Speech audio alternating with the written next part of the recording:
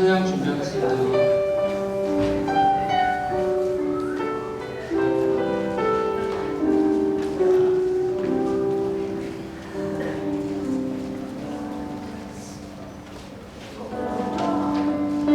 자리에서 일어나서 하나님께 찬양 나가겠습니다.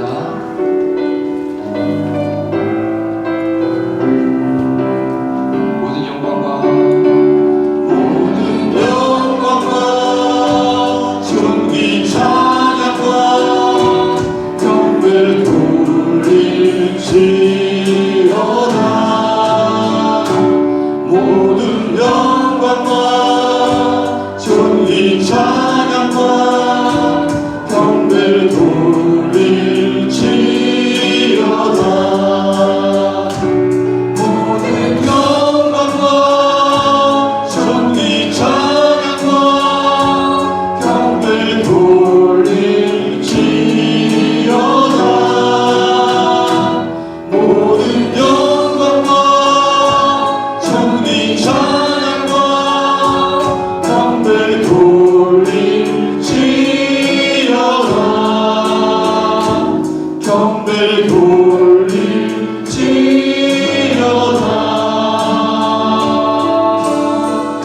아멘. 모두 자리에 앉으시겠습니다. 할렐루야. 네, 서로서로 바라보시면서 인사드리겠습니다. 잘 오셨습니다. 반갑습니다. 새해 복 많이 받으세요. 네, 오늘 명절 전이고 해가지고 가족분들도 오시고 많이 모이신 것 같습니다. 우리 기쁜 마음으로 다 같이 하나님을 찬양하며 나아가겠습니다.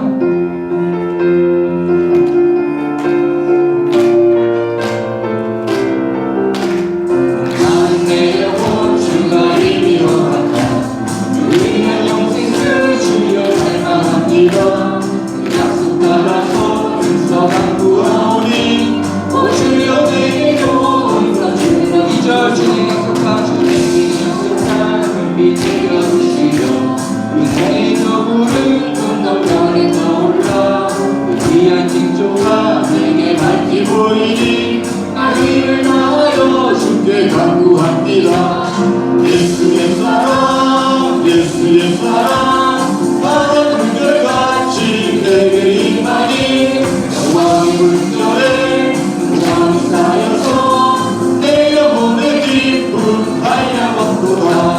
은혜의 소낙이 지금 점점 기대려 구원의 금강물 흘러차고 넘쳐내어 내 주한 모든 죄 모두 씻어버리니 나 지금 은혜를 충만하게 받아. 예수의 사랑 예수의 사랑 예수의 사랑 바다 물결같이 내게 임하니 영광의 물결에 온전히 쌓여서 내 영혼의 기쁨 하야먹도다. 차고 넘치는 주의 은혜의 물결 자의 미려와 내게 만족합니다. 할렐루야로 주를 찬송하오니 내 나의 기쁨이 항상 충만합니다. 예수의 사랑 예수의 사랑 바다 물결같이 내게 임하니 영광의 물결에 온전히 쌓여서 내 영혼의 가정을 한 번 더 찬양하겠습니다. 가슴 넘치는 주의 은혜의 물결 자의 미려와 내게 만족합니다. 할렐루야로 주를 찬송하오니 내 마음의 기쁨이 항상 충만합니다.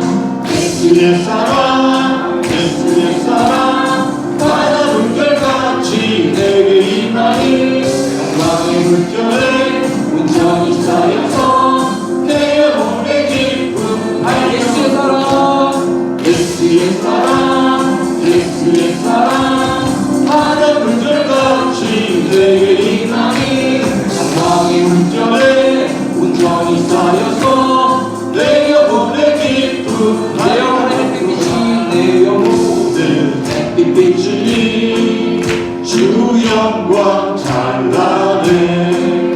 이 세상 어떤 빛보다 이미 떠 빛나네. 주의 영광 빛나 비춰주시옵소서. 그 밝은 얼굴 배울 때 나의 영혼 기쁘다. 내 영혼에 노래 있으리 주 찬양합니다. 주 귀를 기울이시사 다 듣고 계시네. 주의 영광 빛난 방식 내게 비춰주시옵소서. 그 밝은 얼굴 배울 때 나의 영혼 기쁘다. 내 영혼에 공감되어서 주 함께 하실 때 그 평화 내게 깃들고 주의 꽃피네. 주의 영광 빛난 왕 내게 비춰주시옵소서. 그 밝은 얼굴 배울 때 나의 영혼 기쁘다. 내 영혼에 희락이 있고 큰 소망 넘치네. 주 예수 복을 주시고 또 내려주시네. 주의 영광 빛난 왕 내게 비춰주시옵소서. 그 밝은 얼굴 배울 때 나의 영혼 기쁘다. 내 영혼에 희락이 있고 그 소망 넘치네. 주 예수 복을 주시고 또 내려주시네. 주의 영광 빛난 왕 내게 비춰주시옵소서. 그 밝은 얼굴 배울 때 나의 영혼 주의 영광 주의 영광 빛난 방식 내게 비춰주시옵소서. 그 밝은 얼굴 배울 때 나의 영혼 기쁘다. 아멘. 하나님께 감사의 박수 드립니다. 아멘. 아멘. 우리 하나님이 어떤 분이신가 그 하나님에 대해서 찬양드리겠습니다.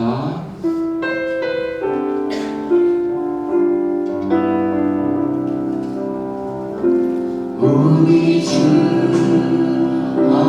하나님 큰 영광과 존귀를 받기에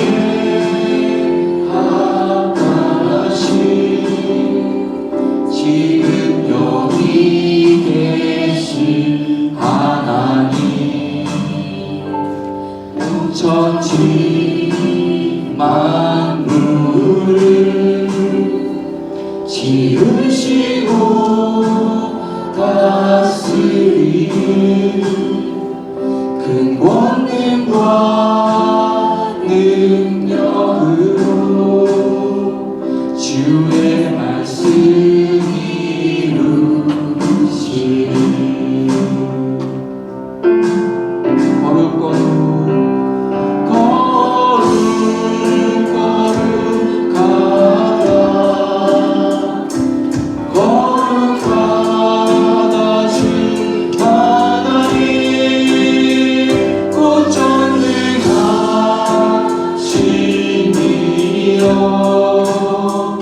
하나님 나라의 아멘.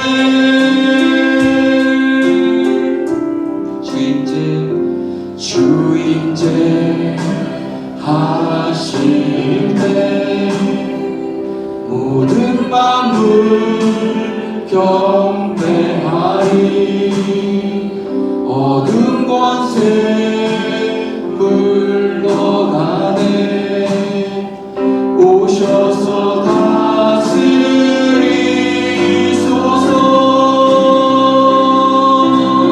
거룩거룩 거룩 거룩하다. 거룩하다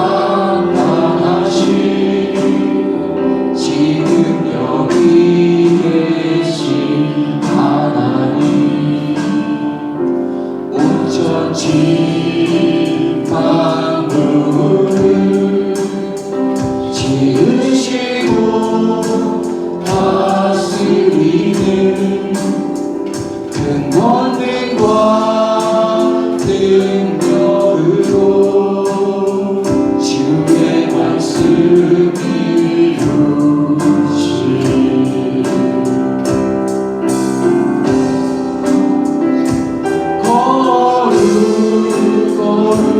거룩하다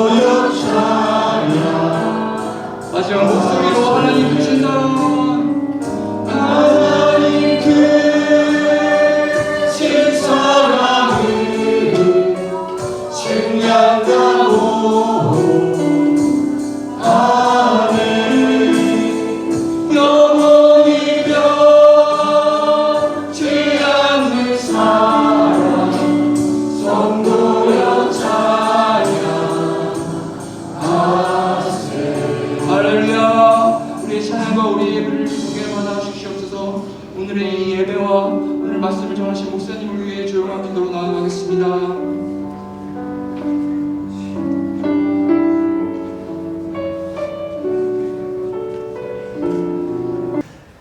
이곳에 오신 여러분을 주님의 이름으로 환영합니다. 우리 전우정이 주님하고 인사해 볼까요? 사랑합니다.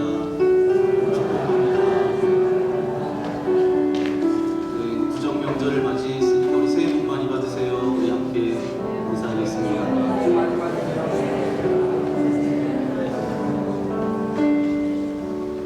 우리 함께 이 시간 우리 축복했으면 좋겠습니다. 우리 서로를 바라보면서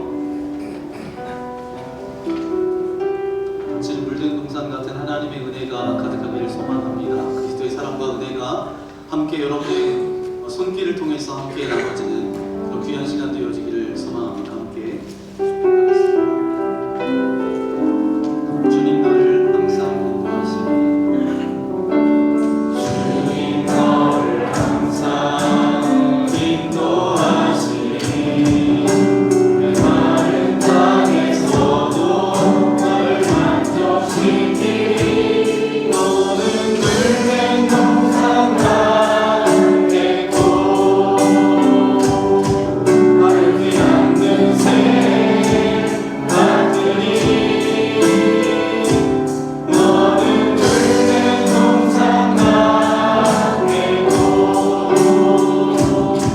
마르지 않는 새 같으니 여러분의 그 소리 가슴에 안고 주님 나를 항상 인도하시니 내 마른 땅에서도 나를 만족시키니 나는 늙은 동산 같겠고 마르지 않는 새 같으니 나는 늙은 동산 같겠고 마르지 않는 새 같으니 마르지 않는 새 같으니 마르지 않는 새 같으니 마르지 않는 새 같으니 오늘 이곳으로 불러주신 하나님께 영광의 박수를 공독해 주시겠습니다. 모두 자리에서 일어나서 하나님의 말씀을 받겠습니다. 오늘 주신 하나님의 말씀은 사도행전 11장 1절에서 18절 말씀입니다. 유대에 있는 사도들과 형제들이 이방인들도 하나님의 말씀을 받았다 함을 들었더니 베드로가 예루살렘에 올라갔을 때 할례자들이 비난하여 이르되 내가 무할례자의 집에 들어가 함께 먹었다 하니 베드로가 그들에게 이 일을 차례로 설명하여 이르되 내가 요빠 시에서 기도할 때 황홀한 중에 환상을 보니 큰 보자기 같은 그릇이 내 귀에 매어 하늘로부터 내려 내 앞에까지 드리워지거늘 이것을 주목하여 보니 땅에 네 발 가진 것과 들짐승과 기는 것과 공중에 나는 것들이 보이더라. 또 들으니 소리 있어 내게 이르되 베드로야 일어나 잡아먹어라 하거늘 내가 이르되 주님 그럴 수 없나이다. 속되거나 깨끗하지 아니한 것은 결코 내 입에 들어간 일이 없나이다 하니 또 하늘로부터 두 번째 소리가 있어 내게 이르되 하나님이 깨끗하게 하신 것을 내가 속되다고 하지 말라 하더라. 이런 일이 3번 있은 후에 모든 것이 다시 하늘로 끌려 올라가더라. 마침 3사람이 내가 유숙한 집 앞에 서 있으니 가이사랴에서 내게로 보낸 사람이라. 성령이 내게 명하사 아무 의심 말고 함께 가라 하시며 이 6 형제도 나와 함께 가서 그 사람의 집에 들어가니 그가 우리에게 말하기를 천사가 내 집에 서서 말하되 내가 사람을 욥바에 보내어 베드로라 하는 시몬을 청하라. 그가 너와 내 온 집이 구원받을 말씀을 내게 이르리라 함을 보았다 하거늘 내가 말을 시작할 때에 성령이 그들에게 임하시기를 처음 우리에게 하신 것과 같이 하는지라. 내가 주의 말씀에 요한은 물로 세례를 베풀었으나 너희는 성령으로 세례를 받으리라 하신 것이 생각났노라. 그런즉 하나님이 우리가 주 예수 그리스도를 믿을 때에 주신 것과 같은 선물을 그들에게도 주셨으니 내가 누구이기에 하나님을 능히 막겠느냐 하더라. 그들이 이 말을 듣고 잠잠하여 하나님께 영광을 돌려 이르되 그러면 하나님께서 이방인에게도 생명 얻는 회개를 주셨도다 하니라. 이는 하나님의 말씀입니다. 아멘. 모두 자리에 앉아주시기 바랍니다. 오늘 사도행전서는 두 번째 말씀 여러분과 함께 나눕니다. 사도행전 11장 1절부터 18절까지 말씀 가지고 제목을 함께 고백해 볼까요? 내 생각보다 큰 하나님의 일임. 아멘. 새해 하나님의 은혜와 평강이 여러분들의 가정과 또 자녀들과 여러분의 일터와 사업장 가운데 넘쳐나기를 예수님의 이름으로 간절히 축원합니다. 새해를 맞이하며 서로 덕담을 나누고 이제 안부를 묻고 오랜만에 가족과 친척들이 한자리에 모이는 그런 설 명절입니다. 명절은 참 감사한 시간이기도 하지만 양면성이 있는 것 같아요. 동시에 마음이 조금은 조심스러워지는 시간이기도 합니다. 반가운 얼굴도 있지만 괜히 말 한마디 잘못했다가 분위기가 어색해질까 염려되기도 합니다. 이번에는 무슨 이야기가 나올까? 조용히 지나가면 좋겠는데 이런 마음을 가진 분들이 이곳에서도 그렇게 계실 줄 믿습니다. 그래서 오늘 말씀을 시작하면서 꼭 중요한 이야기를 여러분께 먼저 드리기를 원합니다. 어떤 제자가 스승님을 찾아가서 아주 값비싼 선물을 가지고 찾아갔습니다. 황금으로 만든 가위인데 그 가위 중간에 이렇게 나사가 있는데 거기에 다이아몬드가 박혀있는 황금 가위입니다. 선물을 건넨 이 제자가 속으로 이런 생각을 했습니다. 이 정도면 스승님이 충분히 감동하겠지. 그런데 이 스승님이 잠시 이 가위를 바라보더니 조용히 말합니다. 이 가위를 다시 가져가라고. 나는 사람을 자르고 나누는 일을 하는 사람이 아닙니다. 차라리 바늘과 실을 가져다가 주면 더 좋겠습니다. 찢어진 것을 꿰매고 갈라진 것을 다시 이어주는 것이 나의 삶의 이유이기 때문입니다. 그리고 이런 이야기를 덧붙였대요. 값이 비싼 것이 꼭 유익한 것은 아닙니다. 나에게 필요한 것은 사람을 갈라놓는 도구가 아니라 상처 입은 관계를 이어주는 도구로서의 삶입니다. 여러분, 가위는 자르고 나눕니다. 그러나 바늘과 실은 어때요? 상처를 꿰매고 관계를 이어줍니다. 설 명절에 우리가 친척들 사이에서 이제 들고 가는 것이 여러분 가위입니까? 아니면 바늘과 실입니까? 요즘 이제 명절 때마다 이제 매스컴에서 나오는 것은 뭐냐 하면 설 명절에 금지어가 있다는 거예요. 이런 말은 하지 말아야 될 말에 대해서 매스컴에서도 이야기를 하더라고요. 대표적으로 어떤 말들이 있어요? 취업은 했니? 결혼은 언제 하니? 아이는 언제 가질 거니? 너 연봉은 얼마나 받니? 살이 좀 쪘다. 누구는 벌써 집을 샀더라. 대부분은 관심에서 시작된 말입니다. 그런데 듣는 사람에게는 위로가 아니라 오히려 부담이 되고 사랑이 아니라 상처가 됩니다. 누군가의 마음을 베어버리는 가위가 될 수 있습니다. 하지만 이렇게 말할 수도 있습니다. 그동안 애썼다. 수고 많았다. 너 잘 사는 거다. 너는 참 우리에게 소중한 딸이고 아들이다. 이 말은 바늘과 실입니다. 상처를 잊고 마음을 살리고 관계를 회복시킵니다. 어떤 아이가 엄마에게 이런 말을 이렇게 물었습니다. 엄마, 왜 내가 좋아? 그 질문 앞에 엄마는 길게 설명하지 않았어요. 대답은 늘 같습니다. 그냥. 사랑은 이유가 없습니다. 사랑은 왜가 아니라 그냥이에요. 머리는 왜 그래야 하지? 라고 묻지만 가슴은 묻지 않고 품어줍니다. 그래서 진짜 사랑은 설명이 먼저가 아니라 먼저 안아줍니다. 여러분, 이번 명절에 여러분들 가족들과 친척들이 함께 모이는 자리에서 가위 같은 말이 오가는 자리가 아니라 바늘과 실과 같은 존재로 여러분이 아름답게 쓰임받기를 예수님의 이름으로 간절히 축복합니다. 저와 여러분이 읽었던 오늘 본문의 말씀을 함께 이제 들어가는데 베드로가 이방인이었던 고넬료의 집에 다녀온 후의 이야기입니다. 하나님께서는 환상으로 명령하셨어요. 베드로에게 명령하셨는데 뭐라고 명령하셨죠? 가라. 누구한테 가라는 거예요? 가라는 거죠. 이제 이방 땅, 이방 사람한테 가라는 거죠. 그런데 이 베드로에게 이방 사람은 어떤 사람이었어요? 부정한 사람이었습니다.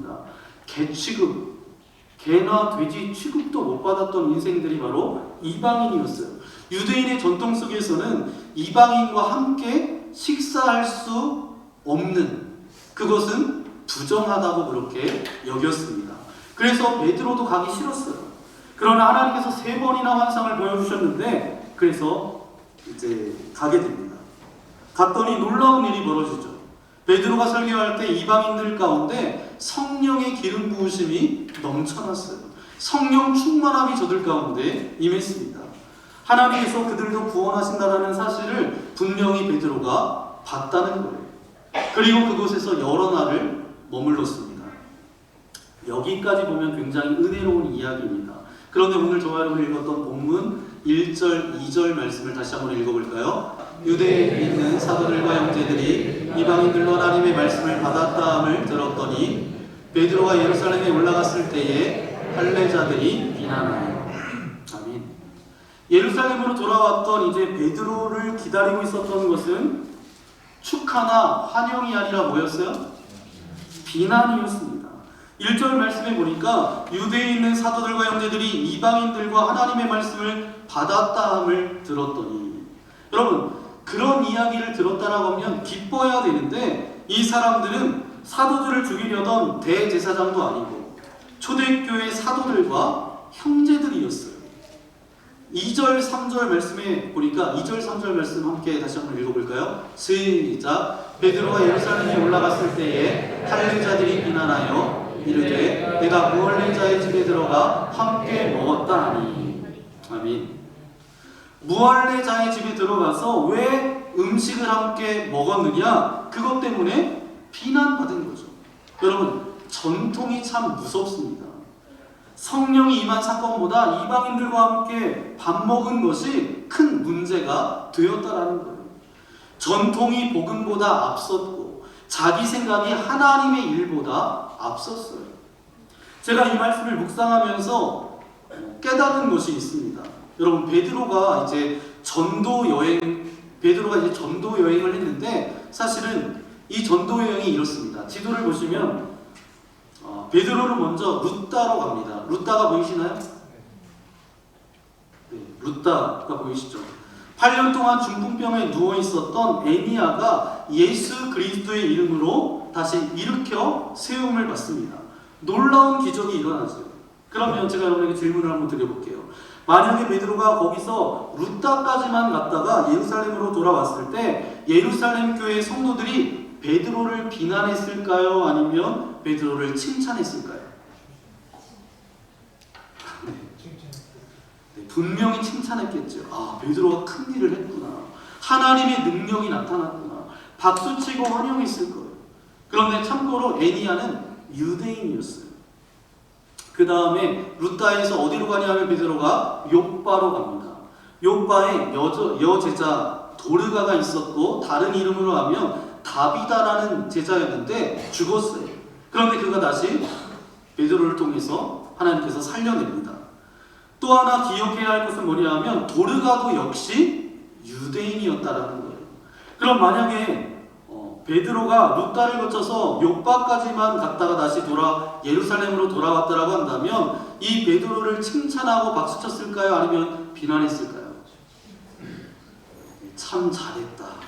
역시 욥바에서도 베드로가 했던 그 모든 일을 역시 베드로야. 그렇게 칭찬했겠죠. 그런데 문제는 어디서 생겼냐 하면 베드로가 이제 루다에서 욥바로 가고 욥바에서 어디로 갔냐 하면 가이사라로 올라간 겁니다. 가이사라에 가서 누구를 만났어요? 이방인이었던 고넬료를 만나서 고넬료에게 복음을 전합니다. 그런데 거기서도 놀라운 일들이 나타났어요. 성령의 임재가 있었고 이방인들도 동일한 하나님의 은혜를 경험하게 됐다는 거예요. 그런데 이번에는 박수와 축하가 아니라 뭐였어요? 비난이 쏟아졌습니다.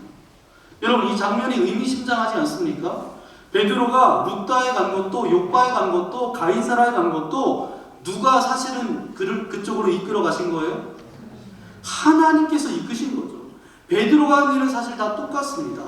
루다에서도 하나님이 보내셨고 욥바에서도 하나님이 보내셔서 가이사라에서도 주의 말씀에 순종해서 나가는 거예요. 그런데 가이사라에서 간 것만 박수받지 못하고 뭘 받았어요? 비난받는 일이 됐다라는 거예요. 왜요?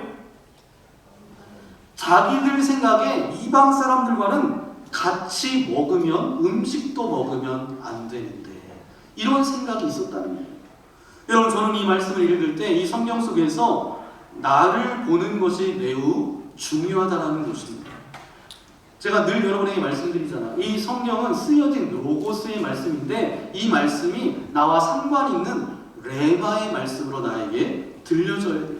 그냥 쓰여진 말씀은 그 옛날의 이야기, 그 성경에 있었던 이야기 이렇게 끝납니다. 그런데 오늘 이 말씀을 우리가 함께 읽었잖아요. 성령님께서 이 말씀을 통해서 저와 여러분에게 주시고자 하는 말씀이 있어요.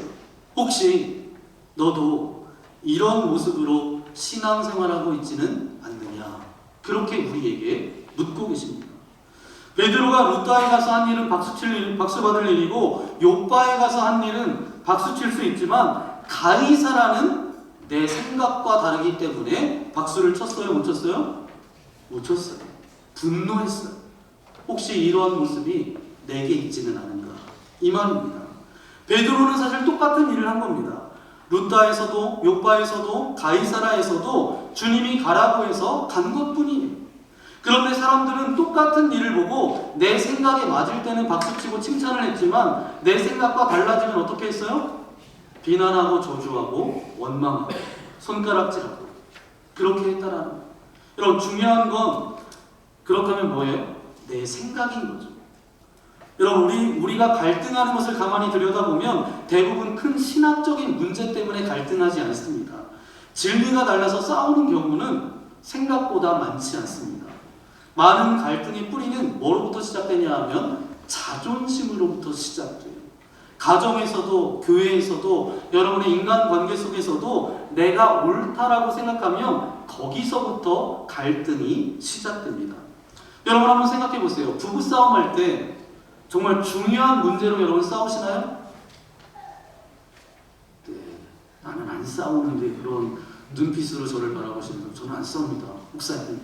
여러분, 부부싸움 정말 중요한 문제를 두고 싸우시나요? 남북 통일의 문제를 가지고 여러분 싸우세요? 아니면 국가 정책이나 철학 때문에 여러분 다투지 않으시죠? 대부분의 다툼은 어디로부터 시작돼요? 기분이 상해서 싸웁니다.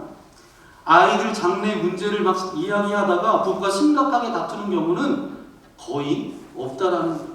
결국 왜 싸우죠? 기분이 나빠서입니다. 그런데 이 기분이 나쁘다라는 말씀을 들여다보면 뭐죠? 내가 무시당했다. 내가 인정받지 못했다. 내 자존심이 상했다라는 뜻입니다. 사람들이 왜 다투고 왜 시기하는지 가만히 들여다보면 거기에 다 자기 자아, 자기 자존심이 연결되어 있습니다. 어떤 사람은 이렇게 이야기해요. 참 저 사람 예의가 없어. 이렇게 말합니다. 그래서 마음을 상해해요. 그런데 예의가 없다라는 그 말 속뜻을 보면 어떤 말이 있어요? 나를 제대로 대우하지 않았어. 라는 말이 있어요. 결국 나를 중심에 두고 있다라는 뜻입니다. 그래서 시기와 다툼이 생깁니다. 여러분, 교회 안에서도 이 믿음의 공동체 안에서도 다르지 않습니다. 예전에 미국의 한 이민교회에서 있었던 일이에요. 어떤 성도님이 갑자기 이렇게 보니까 교회에 피아노가 필요한 것 같아서 교회에 피아노를 기증하셨어요. 그랬는데 굉장히 감사한 일이잖아요. 그런데 문제가 생겼습니다. 이 피아노를 어디에 놓을 것인가? 문제가 생겼습니다. 성가대를 열심히 하는 장모님은 뭐라고 말씀하시냐 하면 우리 성가대석이 있는 이 옆에 피아노를 놔야 된다는 거예요. 저희 교회는 성가대 좌석이 없지만 이제 미국 교회는 성가대 좌석이 어디 있냐 하면 목회자 뒤에 성가대석이 뒤에 성가대가 앉아 있어요. 그러면 그 옆에 피아노를 가져다 놔야 된다라는 거예요. 그래서 제단 위에 피아노를 올려놔야 된다. 그러니까 다른 장로님이 뭐라고 말씀하시냐면 어떻게 제단 위에 피아노를 올려놓냐고. 제단 위에 피아노를 올리면 안 된다고. 단 아래에 두는 게 맞다고 그렇게 이야기하는 거예요. 그래서 싸움이 일어났습니다. 결국 어떻게 되었을까요? 피아노 위치 문제로 교회가 둘로 나눠졌어요. 그래서 단 위에 놓자는 단 위에 파와 단 아래 파로 나뉘어져서 교회가 결국은 분열되었습니다. 몇 년이 흘렀어요. 한 5, 6년이 지난 다음에 미국의 대형 마트에서 이 장로님 두 분이 만나는 거예요. 여러분, 시간이 지나면 마음이 누그러지잖아요. 그래서 오랜만에 만나니까 그래도 우연처럼 만났는데 만난 거죠. 막 서로 보면서 내가 그때는 미안했다고, 내가 왜 그렇게까지 했는지 모르겠다고 그러면서 화해를 했습니다. 오랜만에 만나니까 그 옆에 커피숍이 있어서 커피숍에 가서 이제 이야기를 계속하는데 그때 한 장로님이 이런 말을 했대요. 그때 장로님이 위에다 피아노를 놓자고 했어요. 내가 피아노를 위에다 놓자고 했어요. 예, 여러분 이게 무슨 말을 의미하죠? 그때 정말 중요했던 것은 피아노의 위치였을까요? 아니면 자존심이었을까요? 결국은 자존심의 문제였다라는 거예요. 지금 우리 교회 강단은 뭘로 되어 있냐면 마루, 강마루로 되어 있습니다. 그런데 예전에 많은 교회들이 이 강단의 색깔을 어떤 색깔로 했죠? 빨간색만 보셨나요? 네, 빨간색. 그래서 예수 그리스도의 보혈을 상징하는 빨간색으로 이 제단을 그렇게 해야 된다. 근데 어떤 분들은 아니다. 녹색으로 해야 된다. 하나님께서 날마다 우리를 푸른 초장으로 인도해 주시는데 녹색으로 깔아야 된다는 거예요. 그래서 보혈파가 생기고 푸른 초장파가 생긴 거예요. 그래서 교회가 거기도 이렇게 분열됐다는 거예요. 여러분 정말 중요한 것은 색깔의 문제였을까요? 아닙니다. 대부분은 자존심의 문제예요. 기분이 상해서예요. 내 의견이 채택되지 않아서, 내가 존중받지 못했다라고 느꼈기 때문입니다. 오늘 우리가 겪는 갈등의 많은 부분들이 사실 여기에 있다라는 거예요. 그러면 여러분 믿음이 좋다는 것은 뭐죠? 내 마음이 누군가의 다스림을 받느냐의 문제입니다. 사도 바울은 어떻게 고백하냐면 갈라디아서 2장 20절 말씀해 보니까 함께 읽어볼까요? 시작. 내가 그리스도와 함께 십자가에 못 박혔나니 그런즉 이제는 내가 사는 것이 아니요 내 안에 그리스도께서 사시는 것이라. 아멘. 그럼 믿음이 좋다라는 건 뭐예요? 내 안에 그리스도께서 다스리는 영역이 넓어지는 것입니다. 성령께서 내 생각과 내 감정과 내 말과 내 태도를 주관하시면 주관하실수록 그만큼 우리의 믿음은 성숙되어지는 거예요. 그렇다면 자존심이 살아있다는 것은 무엇을 말할까요? 자존심이 아직 살아있다는 것은 뭐를 말할까요? 그분이 다스리고 있다는 뜻인가요? 아니면 내가 여전히 내 중심 가운데 있다는 것인가요? 내가 여전히 내 중심 가운데 있다는 거죠. 자존심 때문에 시기와 다툼이 일어난다면 그것은 성령께서 다스리는 영역보다 내가 다스리는 영역이 더 넓다라는 신호일지 모릅니다. 내가 주인으로 앉아있으면 갈등이 생겨요. 그러나 그리스도께서 주인이 되시면 평안이 찾아옵니다. 결국 신앙의 싸움은 다른 사람과의 싸움이 아니에요. 내 안에서 내가 왕이 될 것인가 그리스도가 왕이 될 것인가의 싸움입니다. 여러분 오늘도 내 자존심이 아니라 그리스도의 마음이 저와 여러분을 다스리시기를 소망합니다. 내가 한 발 물러설 때 주님께서는 한 발 더 역사하십니다. 그리스도가 주인 되시는 만큼 우리의 가정도 교회도 모든 관계도 평안하게 되어질 줄 믿습니다. 여러분 여기에 컵이 있어요. 컵, 종이컵이 있습니다. 보이시나요? 믿음의 눈으로 보십시오. 종이컵이 있습니다. 이 컵 안에 오렌지 주스가 담겨져 있으면 이 컵을 우리는 무슨 컵이라고 얘기해요? 오렌지 주스가 담겨져 있으니까 오렌지 주스 컵이라고 부릅니다. 이 컵이 종이로 만들어졌는지 플라스틱으로 만들어졌는지가 중요하지 않아요. 중요한 것은 이 컵에 무엇이 담겨 있느냐입니다. 아무것도 담겨 있지 않으면 뭐예요? 이게 무슨 컵이라고 그랬어요? 종이컵이라고 그러잖아요. 아무것도 담겨있지 않으면 종이컵이에요.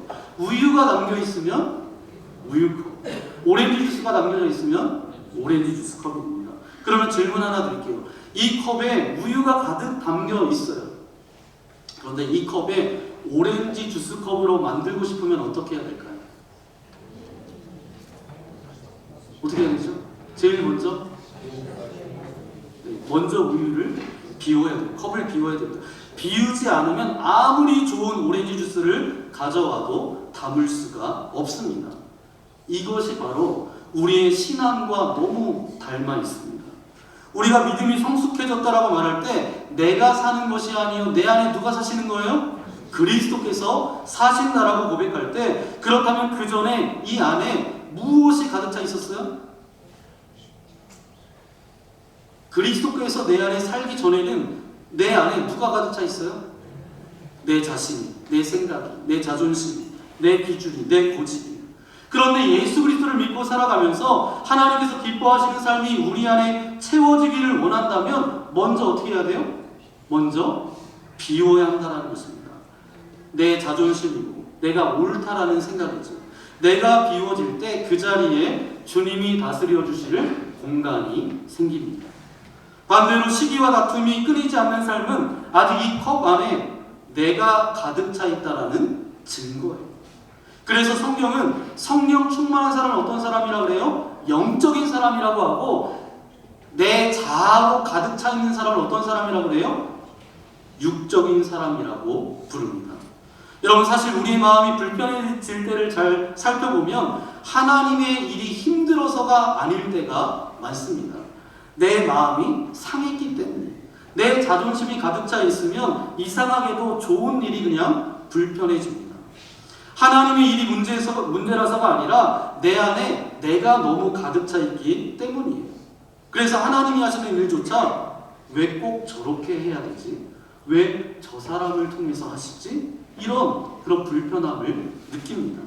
그래서 내 자존심이 가득 차 있으면 하나님의 일조차 은혜가 아니라 부담이 되고 불편이 될 수가 있어요. 하지만 반대로 내가 조금 내려가고 내 생각을 조금 더 내려놓으면 같은 하나님의 일도 어때요? 아, 하나님이 하시는 일이구나 라고 그것이 은혜로 여겨지게 됩니다. 이제 본문으로 돌아가 볼까요? 오늘 본문에 돌아가 보면 사람들이 비판과 비난을 듣고 베드로가 보였던 반응, 태도를 한번 살펴보겠습니다. 매우 도전적입니다. 우리가 알고 있었던 베드로는 어떤 사람이었어요? 성격이 굉장히 급해요. 불같아요.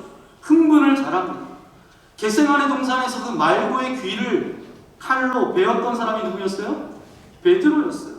예수님을 사랑했지만 동시에 감정에 쉽게 휩쓸렸던 사람이 누구였냐 하면 베드로였어요. 그런데 오늘 상황을 한번 상상해 보십시오. 베드로가 웃다에 갔어요. 요바에 갔어요. 가이사라에 갔다가 오랜 여정을 끝내고 예루살렘으로 돌아왔습니다. 그 시대에는 교통도 불편했겠고 씻는 것도 쉽지 않았어요. 몸도 피곤하고 마음도 지쳐 있었을 거예요. 그런데 예루살렘으로 돌아오자 이 베드로를 기다리고 있었던 것은 뭐예요? 칭찬과 격려가 아니라 뭐였어요? 비난입니다. 왜 무할례자의 집에 들어갔느냐고, 왜 그들과 함께 먹었느냐, 그렇게 비난받을 일입니까? 여러분 같으시면 어떻게 하시겠어요?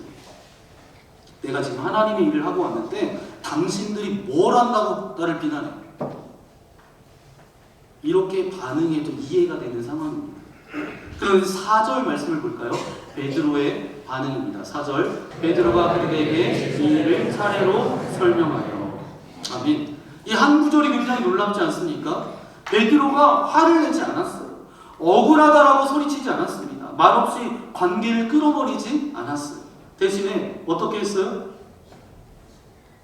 차례로 조용히 자세하게 설명합니다. 무려 오늘 보면 5절부터 16절까지 말씀이 그렇게 반복된, 사도행전 10장의 이야기가 반복된 이야기죠. 그럼 왜 이렇게 길게 반복해서 기록해 놓았을까? 이 문제가 그만큼 중요했기 때문입니다. 유대인들의 편견이 그만큼 깊었기 때문입니다. 고넬료의 집에 들어간 것이 그들에게는 그것을 받아들일 수 없는 어려운 문제였다라는 것입니다. 사실 베드로 자신도 처음에는 가기 싫었어요. 환상을 보고 3번이나 환상을 보여주셨을 때 그것을 확인하고 나중에 가잖아요. 자기도 한번 그 문제에 대해서 심각하게 고민해보고 심각하게 그 문제를 실험해봤던 사람입니다. 그러니까 그것이 이해가 되는 거예요. 그래서 왜 그러십니까? 따지기 전에 이 베드로 자체가 자기도 그랬기 때문에 그래서 설명을 하게 된 거죠. 여러분, 어떤 문제에 대해서 실험해 본 사람은 이제 그것의 심각한 문제라고 생각하는 사람을 이해하기가 쉽습니다. 왜요? 내가 처음에 그 문제가 받아들여지지 않았는데 나중에 그것을 받아들여졌을 때 그것을 받아들이지 못하는 사람을 이해시키기 위해서는 차근차근 그렇게 설명했다라는 거예요. 그래서 그의 설명은 변명도 아니었고 간증이 됩니다. 그 설명의 핵심이 바로 뭐였어요?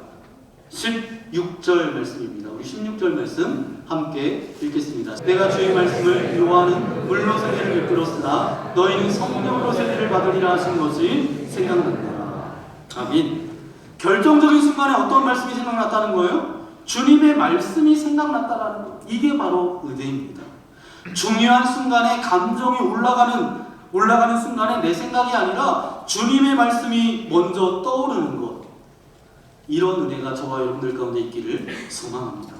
그리고 이 베드로가 어떻게 고백해요? 17절 말씀입니다. 함께 읽겠습니다. 시작. 그런즉 하나님이 우리가 주 예수 그리스도를 믿을 때에 주신 것과 같은 선물을 그들에게도 주셨으니 내가 누구에게 하나님을 능히 맡겠느냐 하더라. 아멘. 이 한 문장 속에 베드로의 성숙됨을 우리가 볼 수가 있습니다. 내가 누구이기에.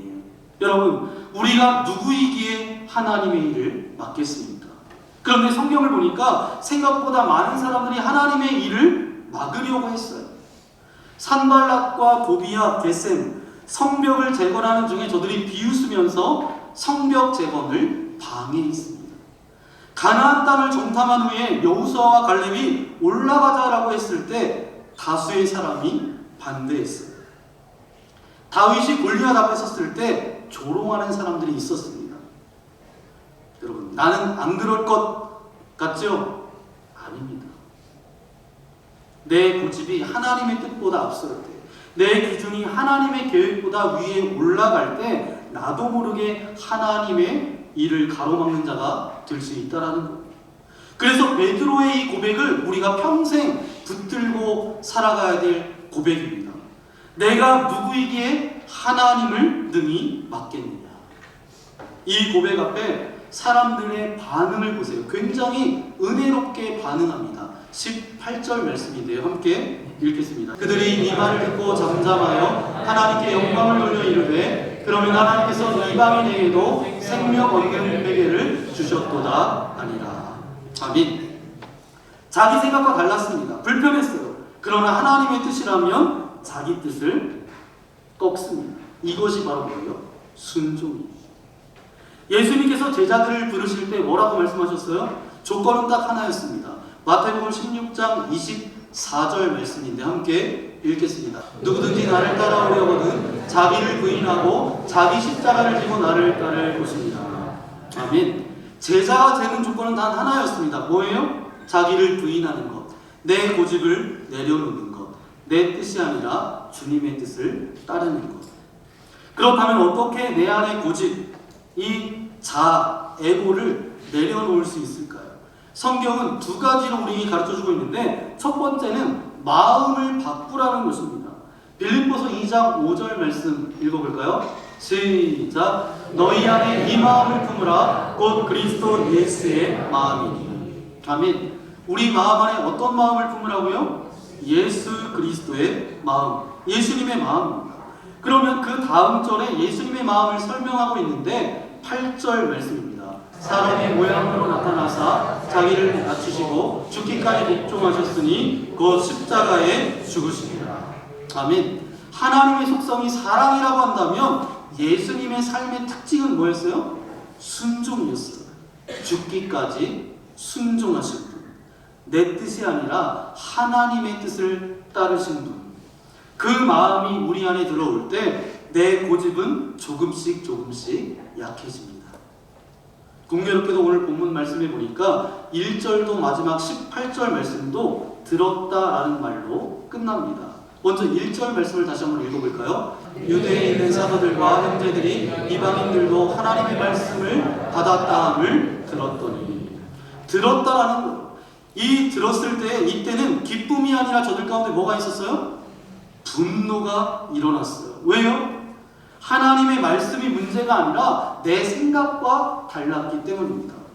이방인에게도 그건 내가 알고 있었던 하나님이 아닌데, 말씀은 들었지만 내 생각을 붙들고 있었기 때문에 마음이 불편했다라는 거예요. 그런데 18절 말씀 읽어볼까요? 18절입니다. 시작. 그들이 이 말을 듣고 잠잠하여 하나님께 영광을 돌려 이르되. 아멘. 똑같이 들었어요. 말씀은 같습니다. 상황도 같아요. 그런데 반응은 완전히 달랐습니다. 이번에는 화를 내지 않았어요. 따지지 않았어요. 잠잠합니다. 왜이죠? 왜입니까? 이번에는 내 생각을 꺾었기 때문입니다. 내 생각과 하나님의 생각이 다를 때 내 생각을 내려놓았기 때문이에요. 여러분, 신앙생활은 뭐죠? 오늘도 우리가 신앙생활하기 때문에 오늘 예배의 자리에 나왔는데, 신앙생활이 뭐예요? 내 생각과 맞는 말씀만 순종하는 것이 아니라 내 생각과 다른 하나님의 말씀 앞에서 내 생각을 꺾는 것입니다. 그게 믿음이고, 그게 바로 신앙이고, 그게 순종입니다.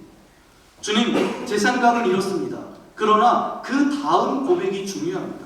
하지만 주님의 뜻이 그렇다면 제 생각을 내려놓겠습니다. 그 고백이 나오는 순간 우리의 신앙은 한 걸음 한 걸음 자라게 된다는 거예요. 오늘 말씀 앞에서 여러분이 이렇게 기도했으면 좋겠습니다. 주님, 내 생각이 아니라 주님 생각 앞에 굴복하게 하여 주옵소서. 내 안에 주님을 조금이라도 더 닮게 하여 주옵소서. 성경을 읽을 때 남 이야기로 듣지 않고 옛날 과거의 어떤 역사로만 이야기를 듣지 않고 성경 속 인물이 내 모습임을 보게 하여 주옵소서. 성경은 분명하게 말씀하고 있습니다. 무엇이든지 전에 기록된 바는 우리의 교훈을 위하여 기록된 것입니다. 그러므로 오늘 이 말씀도 바로 저와 여러분을 위한 하나님의 말씀입니다. 내 생각과 다른 하나님의 말씀 앞에서 내가 꺾이는 은혜, 그것이 바로 복이에요. 그 은혜가 우리 모두에게 있기를 소망합니다. 베드로처럼 조금씩 성장하고 조금씩 성숙해져서 삶의 한 절이라도 그분을 닮아가는 저와 여러분 되어지기를 소망합니다. 이 기도와 고백이 저와 여러분의 고백이 되어서 내 생각보다 날마다 하나님의 일을 먼저 생각하는 주님의 목된 자녀들 되시기를 예수님의 이름으로 간절히 축원합니다. 함께 기도하겠습니다. 오늘 말씀을 생각하면서 함께 기도하기 원합니다. 주님, 내 생각과 자존심을 내려놓고 주님의 말씀 앞에 순종하게 하여 주옵소서. 감정보다 말씀이, 내가 아니라 그리스도께서 나를 다스리게 하여 주옵소서. 이번 명절에 상처를 주는 말이 아니라 살리는 말을 하게 하여 주옵소서. 불편한 순간에도 내 자존심보다 주님의 마음을 선택하게 하여 주옵소서. 우리 교회가 어떤 것을 판단하는 공동체가 아니라 사랑으로 품고 나아가는 공동체가 되게 하여 주옵소서. 내 생각과 다를 때 비난보다 기도로 반응하게 하여 주옵소서. 세상의 기준이 아니라 하나님의 뜻을 먼저 묻는 믿음을 허락하여 주옵소서. 자기 십자가를 지고 주님을 따르는 제자의 삶을 살게 하여 주옵소서. 내 생각과 하나님의 뜻이 다를 때 기꺼이 내 생각을 내려놓게 하여 주시고 작은 순종으로 매일 조금씩 주님을 닮아가게 하여 주옵소서. 오늘 이 말씀을 생각하면서 이 시간 결단의 기도로 우리 주여 한 몸으로 함께 기도하겠습니다. 주여, 귀하신 주님 감사합니다. 오늘 이 자리에 우리를 불러주시고 인도해 주신 아버지 하나님 감사합니다. 날마다 하나님의 그 약속의 말씀 앞에 서게 하여 주시고 들려주는 말씀이 나를 향한 하나님의 말씀으로 받게 하여 주옵소서.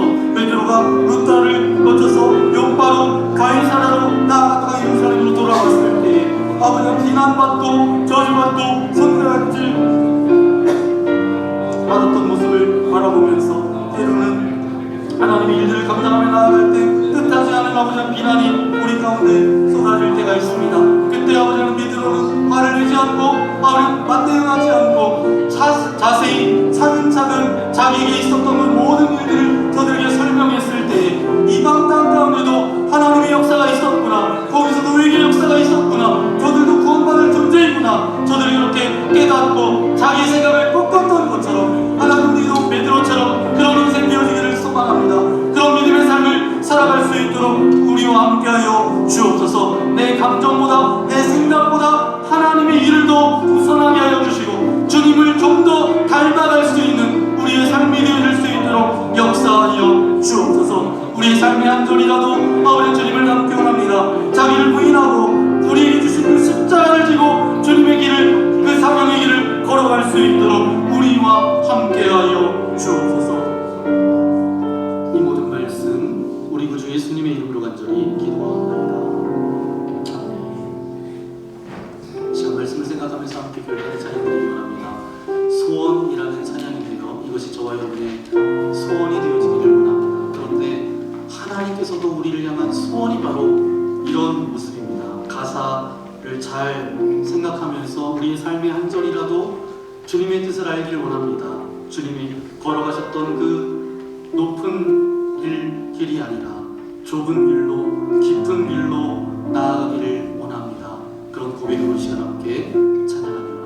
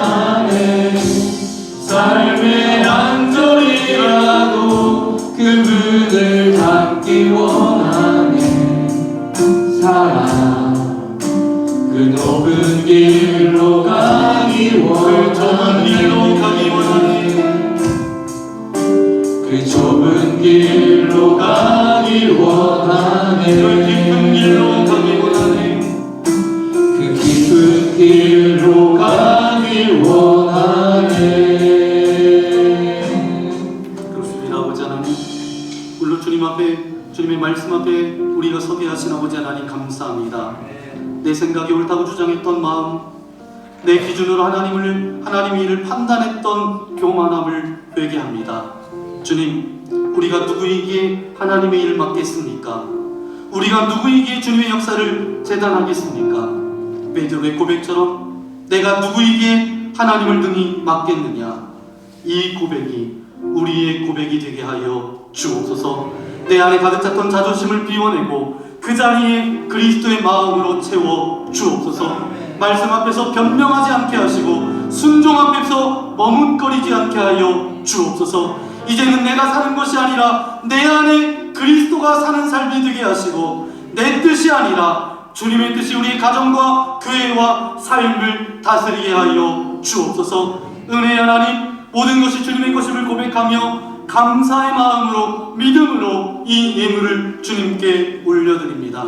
주님, 물질에 사로잡혀서 살아가는 인생 되지 않게 하시고 날마다 주님의 뜻을 이루는 도구로 쓰임받을 수 있도록 함께하여 주옵소서. 우리의 가정도 일터도 사업장도 축복하여 주셔서 하나님의 은혜가 풍성히 누려지게 하여 주시고 땅에 기름진 것으로 태워주시는 놀라운 하나님의 은혜를 경험케 하여 주옵소서. 이 물질이 쓰이는 곳곳마다 하나님의 나라가 이 땅 가운데 아름답게 세워지게 하여 주시고 하나님을 모르는 많은 사람들이 주님께로 돌아올 수 있도록 역사하여 주옵소서. 이제 설 명절을 맞아서 흩어졌던 가족들과 자녀들과 친척들을 만납니다.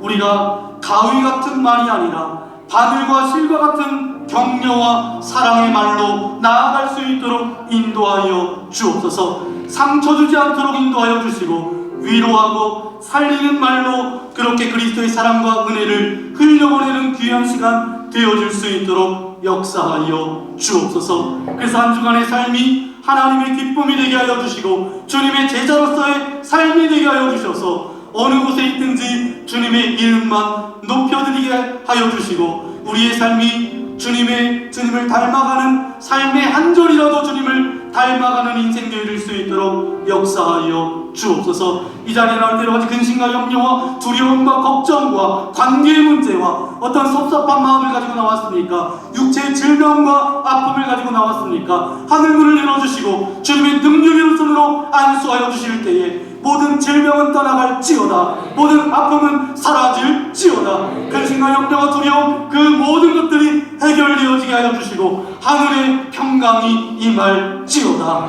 하나님의 사랑이 맛보아지게 하여 주시고 그것이 단전이 되어서 베드로처럼 고백하며 믿음의 지경이 확장되어지고 하나님의 나라를 아름답게 이루어갈 수 있도록 우리의 삶을 인도하여 주옵소서.